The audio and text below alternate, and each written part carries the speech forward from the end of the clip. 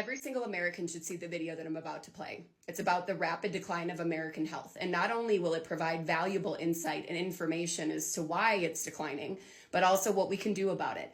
It is incredible. She is incredible. And after I play the video, I want to talk about who else was there and why it's so important. The message I'm here to share and reiterate is that American health is getting destroyed. It's being destroyed because of chronic illness. And if the current trends continue, if the graphs continue in the way that they're going, at best, we're going to face profound societal instability and decreased American competitiveness. And at worst, we're going to be looking at a genocidal level health collapse in our country and the world. Over the last 50 years in the United States, we have seen rapidly rising rates of chronic illnesses throughout the entire body, the body and the brain: infertility, obesity, type 2 diabetes and prediabetes, Alzheimer's, dementia, cancer, heart disease, stroke, autoimmune disease, migraines, mental illness, chronic pain, fatigue, congenital abnormalities, chronic liver disease, autism, and infant and maternal mortality, all going up. Americans live 8 fewer years compared to people in Japan or Switzerland, and life expectancy is going down. I took an oath to do no harm, but listen to these stats. We're not only doing harm, we're flagrantly allowing harm. While it sounds grim, there is very good news. We know why all of these diseases are going up, and we know how to fix it. Every disease I mentioned is caused by or worsened by metabolic dysfunction, a word that it is thrilling to hear being used around this table. Metabolic dysfunction is a fundamental distortion of our cellular biology. It stops our cells from making energy appropriately. According to the American College of Cardiology, metabolic dysfunction now affects 93.2% of American adults. This is quite literally the cellular draining of our life force.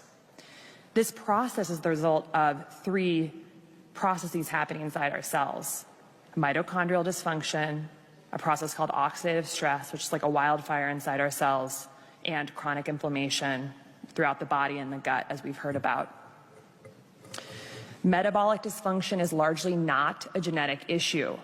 It's caused by toxic American ultra-processed industrial food, toxic American chemicals, toxic American medications, and our toxic sedentary indoor lifestyles. You would think that the American healthcare system and our government agencies would be clamoring to fix metabolic health and reduce American suffering and costs, but they're not. They are deafeningly silent about metabolic dysfunction and its known causes.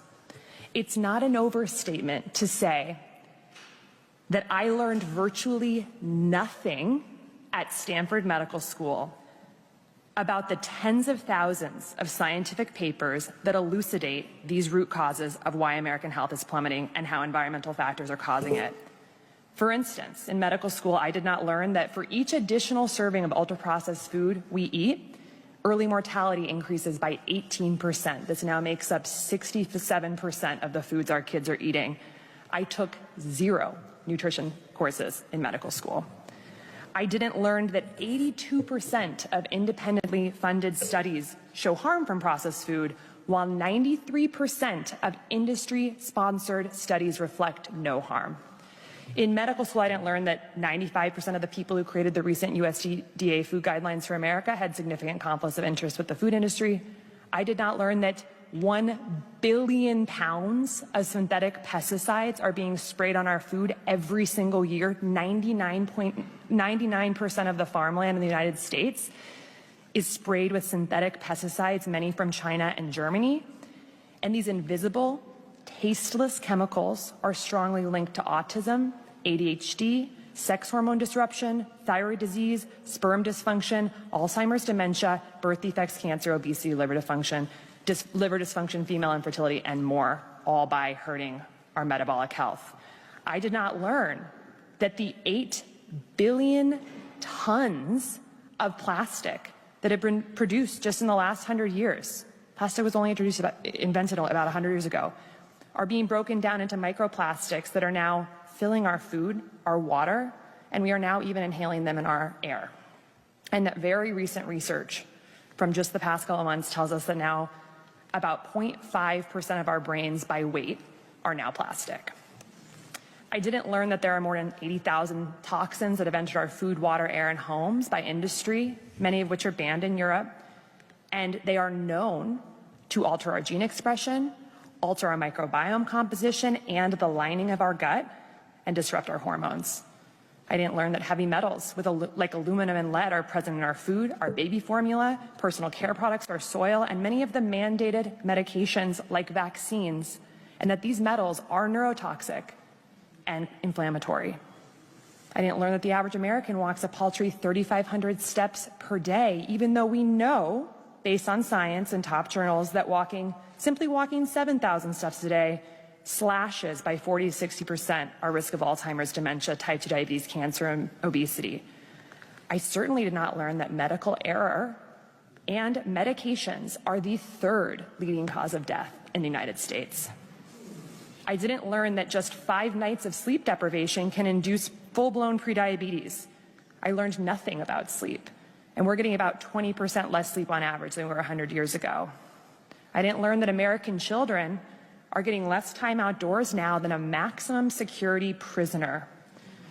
And on average, adults spend 93% of their time indoors, even though we know from the science that separation from sunlight destroys our circadian biology, and circadian biology dictates our cellular biology.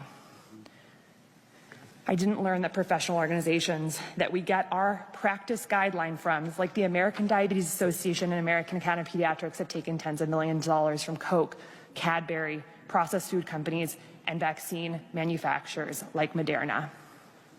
I didn't learn that if we address these root causes that all lead to metabolic dysfunction and help patients change their food and lifestyle patterns with united, strong voice, we could reverse the chronic disease crisis in America, save millions of lives and trillions of dollars in healthcare costs per year. Instead, doctors are learning that the body is 100 separate parts, and we learn how to drug, we learn how to cut, and we learn how to bill. I'll close by saying that what we are dealing with here is so much more than a physical health crisis. This is a spiritual crisis. We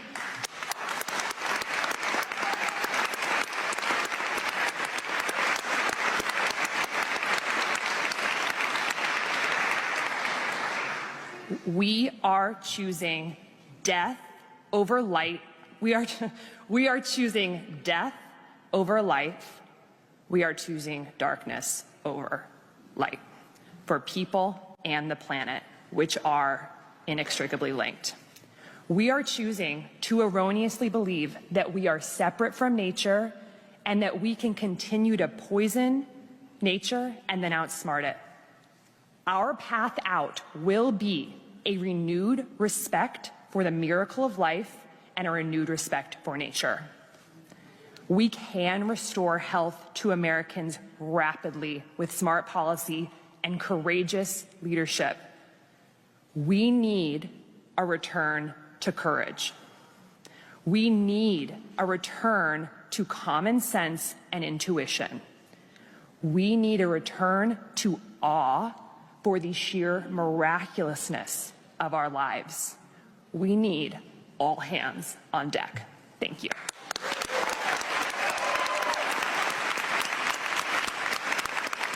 That is Dr. Casey Means at Capitol Hill at a bipartisan Senate roundtable spearheading the end to chronic disease in America.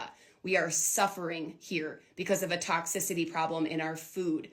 Here are her other handles. You should follow her on every single one of these, because if and when TikTok gets banned, because this is where we find out about all the bullshit, you should be following her indefinitely. And take a look at who else was there, because it's incredibly important. Bobby Kennedy. Okay, let me get out of the way and show you the faces of all of these beautiful people. If you think that he is some crazy lunatic, you are being fed the same bullshit as your toxic food. All of these people will be the reason that our country does not fail. I wish that I was here. Give me the invite next time, guys. I would like to be there. But seriously, okay? We are still confused. We're still confused. Don't get me wrong about what his decision. But this group of people, I love every single one of you.